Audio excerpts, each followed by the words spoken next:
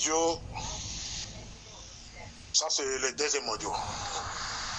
J'ai parlé au premier audio comment les Congolais nous devons se comporter, comment éviter la division parmi nous dans le moment de Tokoti, parce que par le passé, Roubera était au ministère de décentralisation. Vous allez qui 11 provinces avec l'unité totale, et tout marchait bien. Roubera est venu avec cette histoire-là de diviser le Congo en 26 provinces. Si vous regardez aujourd'hui, malgré on nous a divisé en 26 provinces, il y a des provinces qui sont très pauvres. Très pauvres. Prenons par exemple Sankourou. C'est une petite province qui était attachée au Grand Kasaï. Aujourd'hui, Baza détaché, Baza indépendant. C'est une province la plus pauvre du Kasaï. Prenons par exemple Kabinda.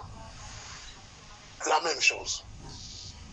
Donc on pensait que depuis qu'on a fait la découpage sur 11 provinces à 26 provinces, on allait voir certaines villes comme Chikapa et se développer le colonie. Parce qu'à Chikapa, il y a du diamant là-bas.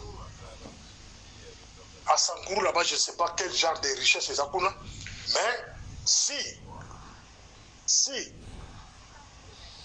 réellement, politique au Basala qui a comme ça la décentralisation, qu'on et qu'on province, les années qui sont fondées par Batomayele, avec un but précis, les lots de notre bateau, tant que la ville est belle, à dire la colonie, tu cap ville moi qui toko, na niveau Kamina ville qui toko, na niveau il y a Sankourou ville qui toko, il est beau la même chose. Mais par contre, tous ici Congo encore si makasi. Voilà les acquis introduction pour vous faire voir que les lots oyo, bazo pour chanter division. Que baka pour la Congo. Toi là, bayebi le côté bayi conséquences à mon baba kolwate. Bazo comprendre la vote parce que les lots sont au Kabani. Par exemple, tous au Katanga, ceux qui Katanga ba détacher au Congo. Les Katangais seront les esclaves des Zambiens, seront les esclaves. Il y a des Tanzaniens, des esclaves, il y a des Angolais. Voir même il y a bateau dans la Vandi, Mboko dans la Vandi. Parce que chaque pays aura une influence sur une tribu de Katanga. Comme les Balubakats sont majoritaires au niveau du Katanga, Bakozala n'a moins influence dans les pays puissants comme l'Afrique du Sud, Angola, pour ne pas dominer Katanga. Cela veut dire qu'on dominer Bino sans nous, sans les autres. Et vous allez encore vous diviser davantage. Les Rounds vont demander l'indépendance de l'écologie, par exemple. La pêche, par exemple, hein? Donc vous allez encore vous diviser davantage. Donc, bon côté dans le piège, il y a balkanisation. N'osez pas. Chez nous, au Kassai, la même chose. Demandez les gens de l'époque de Kalonji Moulopoué, en 1960. Demandez, on va expliquer l'histoire. La balkanisation donne la possibilité aux petits chefs. Babima Bimana Bakouin.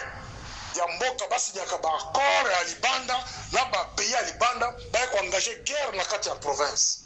Vous allez encore vous entretuer à l'intérieur. Donc n'osez pas. Ça c'est un conseil gratuit de Morningstar. C'est un conseil gratuit. N'osez pas.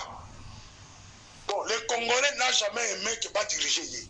Dans chaque province, bah petit chef va couper. Attention, tu es dans Bandundu. Bon, comment le petit chef va couper Makuna? Mon côté, on dit un leader, par exemple, Foyou a dirigé Bandundu. Non, Foyou a causé la rival, il a cassé Bandundu. Et tout ça, ça va engager encore des guerres armées dans Katia Bandundu. N'a pas Congo la même chose. Les Bazombo et consorts seront chassés comme étant des Angolais. Il y aura encore une autre guerre. Et les Bazombo seront soutenus par l'Angola. Sans vous tromper, ils vont chercher la domination sur cette province-là. Qu'on ne vous trompe pas que si nous allons dans la balkanisation et vous serez riches et vous allez indépendants, non. Ça, c'est un raisonnement des animaux. Les gens qui pensent à la balkanisation sont des animaux. Parce que le maïs, il y a beaucoup de temps. Vous excusez-moi les termes. La côté, ce qu'on a définition, il y a Autobéni. les stratégies de commandement en sécurité. Les stratégies de commandement en sécurité, c'est ce qui manque notre président. Autour de lui, tout le monde est chef. On a le Bélé Kiango, la première audio. La stratégie de commandement en sécurité, nous avons ce qu'on appelle le point 1, la planification et préparation.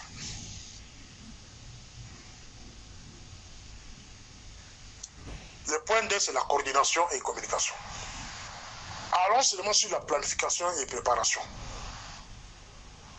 On n'a pas d'analyse des risques. Dans l'analyse des risques, il y a ce qu'on appelle identifier les menaces potentielles et évaluer les impacts. Plutôt. Dans l'analyse des risques, on identifie des menaces potentielles et évaluer leur impact.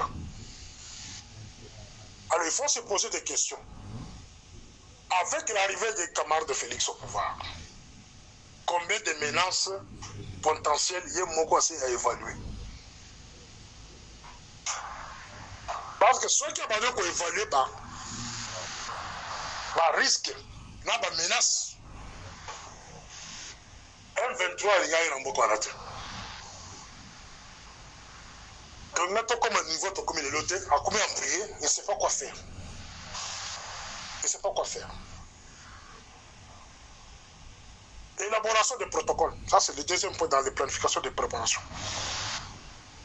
Élaboration des protocoles. Développer des plans d'action pour différentes situations, y compris des scénarios d'urgence. Les gens ont besoin qu'on sur les réseaux sociaux, besoin qu'on s'enga. Batouaz à machette, babouma. Une autre tribu. Batouaz qu'on s'enga, besoin à machette.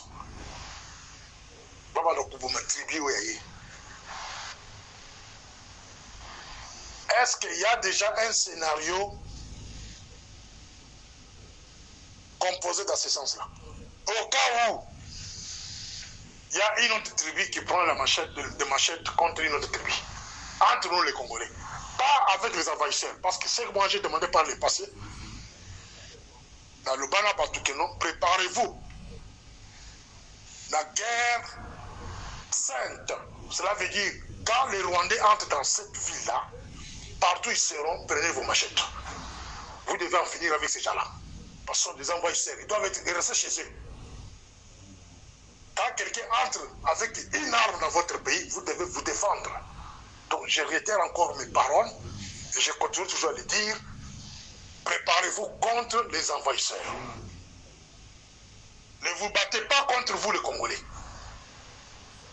Ne tombez pas dans ce piège-là. Élaboration des protocoles. Développer des plans d'action pour différentes situations, y compris des scénarios d'urgence. Il est temps que les gouvernements et au service de sécurité de commencer à préparer déjà des scénarios. Des scénarios d'urgence, on a peut-être pour la côté de Sabino. Scénario d'urgence, selon les cas. Comment ça se préparer aujourd'hui? Il y a des politiciens qui prennent, par exemple,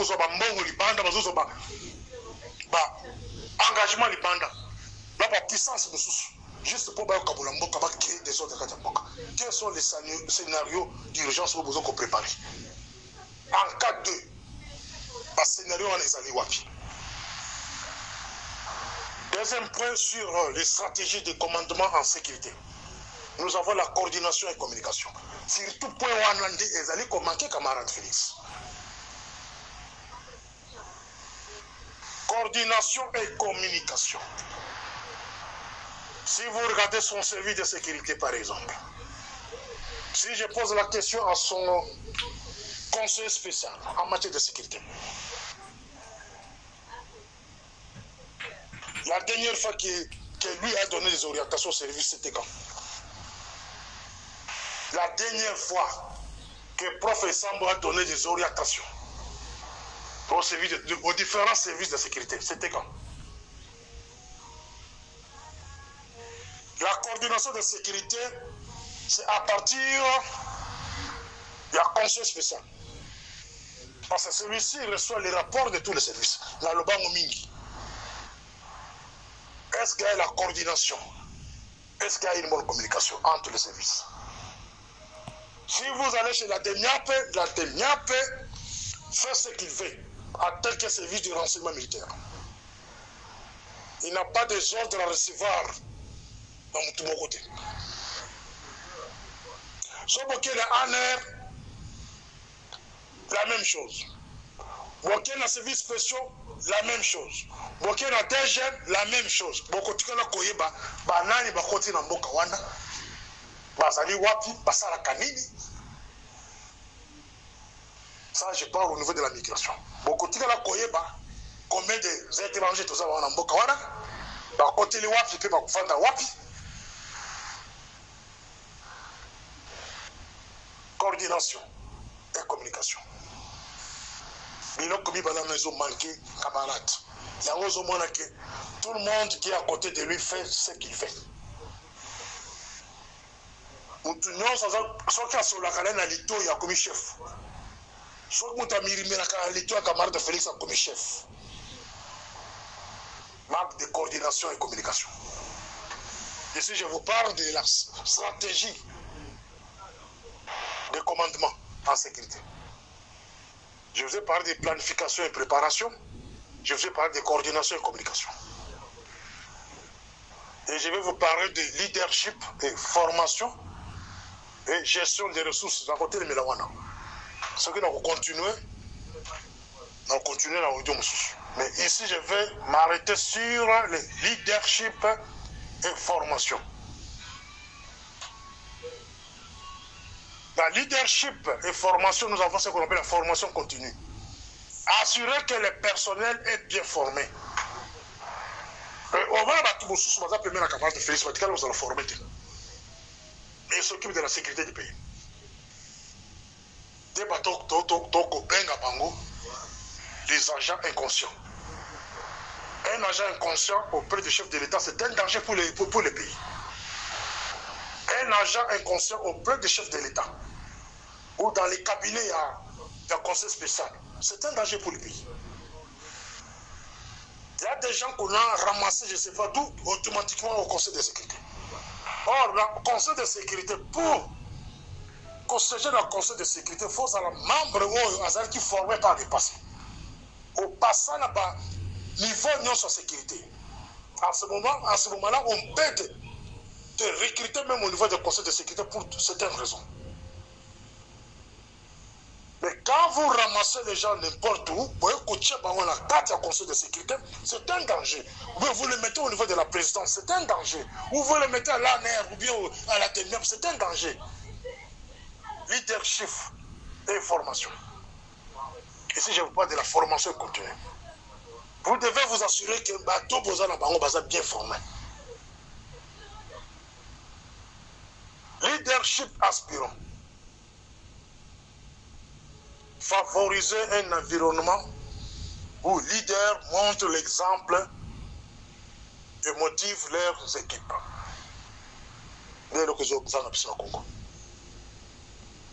Parmi nos leaders. Le point 4, je vous ai parlé de gestion des ressources. Allocation efficace. Utiliser les ressources disponibles de manière optimale.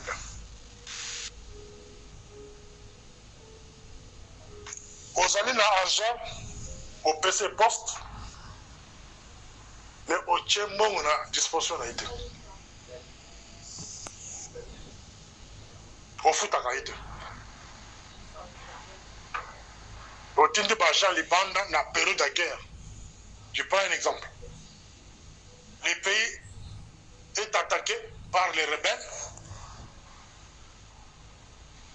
Les bandes à pays. Les complots, il y a disparition au Congo et en Europe en général. C'est l'Union européenne qui est à la base. L'Amérique et certains pays d'Afrique. Mais vous envoyez des gens dans des pays pareils, dans des continents pareils, mais vous espérez quoi? c'est parmi les stratégies de commandement. En stratégie de commandement, il faut toujours penser comment mettre des ressources en jeu pour les agents. Un agent qui reste dans un poste pendant 6 mois, voire même 12 mois, vous espérez quoi? Vous espérez quoi? Vous avez bon temps pour pénétrer milliers de soutiens diplomatiques, milliers de sécuritaires et à place à Zali pour la paix sur l'information. Ça, c'est toujours dans les cadres des stratégies de commandement. Dans les stratégies de commandement, il faut avoir les gens bien formés autour de vous, les chefs.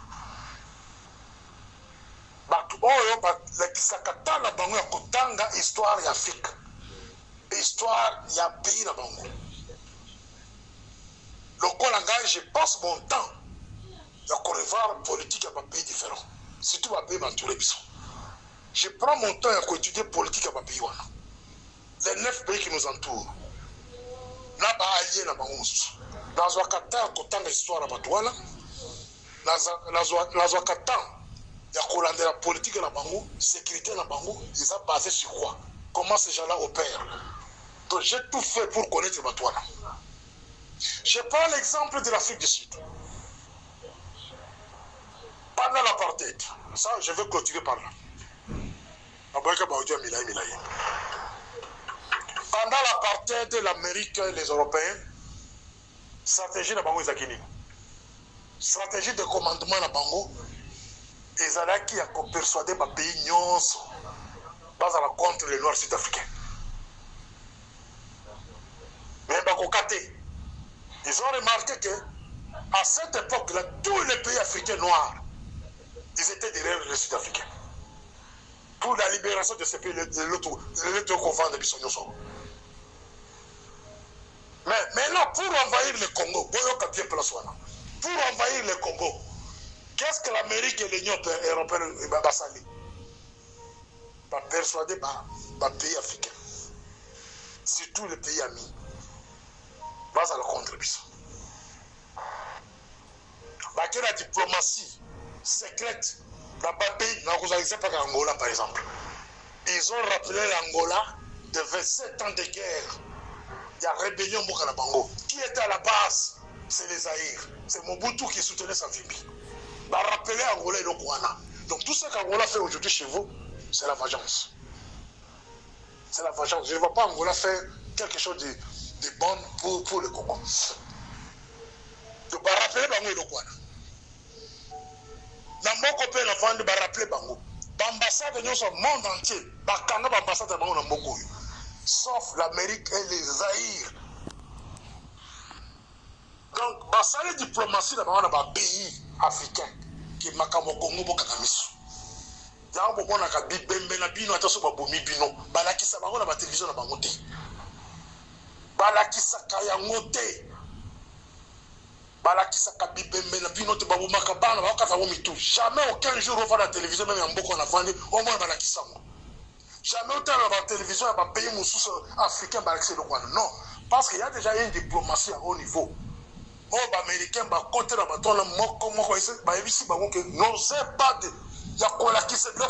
télévision. Donc nous sommes un peuple oublié, en voie de disparition. Sauf que nous côté avec l'arrivée de ce monsieur Charles Onana, il est là, il est en train de sensibiliser les gens. Vous devez vous mettre debout. Serrer derrière ce monsieur-là, ce serait une bonne chose. Je vais demander au gouvernement congolais, aux politiciens congolais, de s'organiser, organiser la société civile, de sorte que partout, femmes dans des pays voisins, tout ça en justice, il y a Mboka, il y a Congo. Sur le plan international, il faut qu'il y ait un tribunal spécial. Il faut qu'il y ait un tribunal spécial pour le Congo, pour les génocidaires, pour les gens qui ont pris les armes contre le Congo, les gens qui ont tué pour que Babenge ministre, pour les gens qui ont tué pour Babenge Bango, gouverneur, etc., etc. Il faut qu'il y ait les tribunaux dans ce sens-là. Les massacres de Makobola, de Tingi Tingi, Bato Bakataka Mitou, nous cherchons la justice. Il faut qu'il y ait la justice. suivez-moi au troisième audio. Morning Star.